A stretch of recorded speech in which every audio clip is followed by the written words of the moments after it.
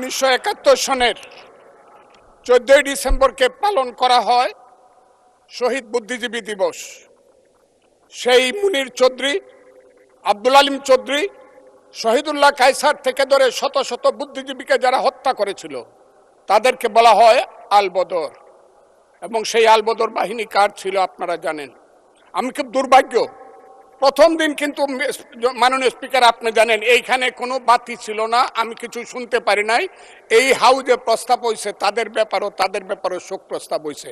আমি একা হইলেও এটা প্রতিবাদ করতাম, কিন্তু যেহেতু আমার দল এটা করছে আমি চুপ করেছিলাম। আমি কথাটা খুব ক্লিয়ার। কিন্তু এই সংসদ সম্পর্কে আজকে না হলো কালকে না হলো পরশু, না হলে ইতিহাসে ভুল বার্তা যাবে যদি আমরা যুদ্ধ অপরাধের ব্যাপারে আমরা শোক প্রস্তাব নেই।